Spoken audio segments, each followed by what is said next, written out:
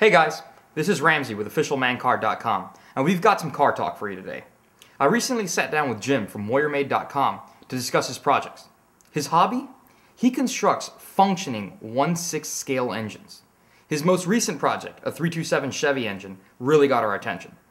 Take a listen to our interview, take a look at the actual photos and video of his engines, and check out Jim's work at MoyerMade.com. Oh, and stay manly, guys. Alright, OfficialManCar.com, this is Ramsey here, and I'm on with Jim from MoyerMade, and he's here to talk to us about a current little project that he has going on, a 1/6 scale model of a Chevrolet Corvette 327. Hi there, Jim, how you doing today? Hi, Ramsey. Fine. Jim, pretty incredible thing you're doing here with this engine, and I just really had to ask you, perusing your website, MoyerMade.com, I tend to notice, have you always been a car guy? Is this what's gotten you interested in doing something like this? Yes, I've always been interested in cars, mostly the engine part of a car, since I was a child, because the engines have always fascinated me. It's always been more of a technical love for you, everything coming together, the precision of everything working? Well, yeah, I guess that's a lot of it, but some of it is just, I suppose some of it's the creativity involved. Some of it seems to me like with an engine, in my own mind, it becomes kind of a living thing, I guess. Once it fires up, it's almost like it has a soul, and that's probably a lot of what attracts me to an internal combustion engine, I guess. Well, if you don't mind, I want to talk about your current project, the 327, and the first thing I noticed was you say it's based on the 365 horsepower Corvette engine. Would this be the Fuelie? No, this was the carbureted version. The fuel injection engine was a 375 horse, or it was rated at 375 horse. And I wanted to build that, but the fuel injection unit alone is pretty complicated. Yeah. So, I was all these years into building this engine, and it was looking at a lot more time to build the injection unit, so I just went with the carbureted version. Yeah, that's exactly what I thought. I mean, if you built a fuel injected, that is insane, man. Yeah, that's true. But I can actually tell you from first-hand experience, I had a 65 Stingray with 327, and I mean, ferocious engine that you have in here. Interestingly, I want to talk about really a lot of the technical stuff, because looking at the pictures here, I mean, this 1/6 scale model is really incredible. Like, where did you even begin with this? Was it technical drawings, things like that, something to give you a sight frame where you could build off of?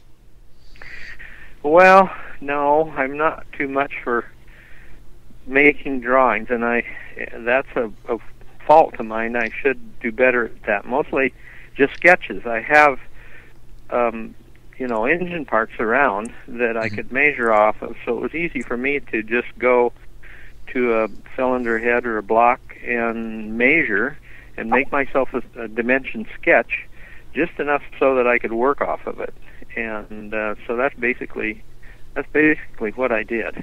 So you really kind of built this engine by eyeing it out with pictures, or even like a first-hand 327. Right.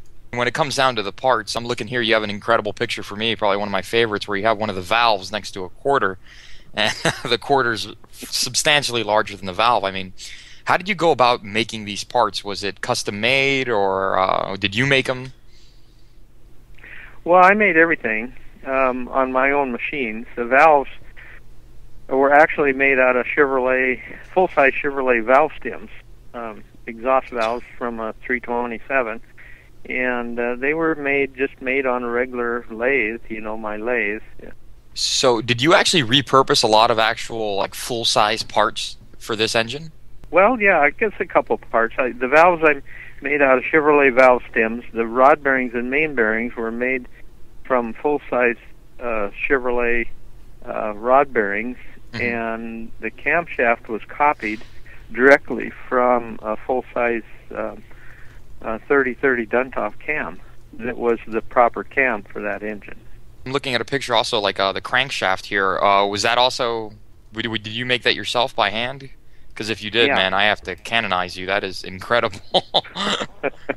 Yeah, it's kind of crazy.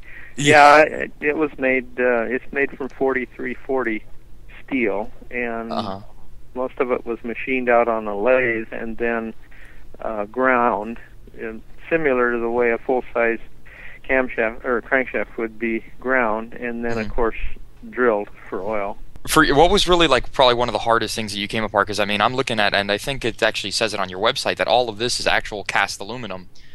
So, what was really like the hardest part for you to build or get done?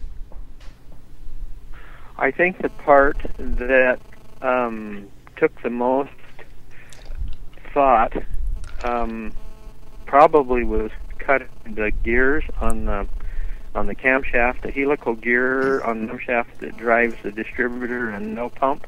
I had to make up a special fixture to go in the milling machine and a special cutter to cut those gears and get those at the right angle. And I think probably that was the most taxing, mental taxing part of the engine, I believe, was cutting those gears.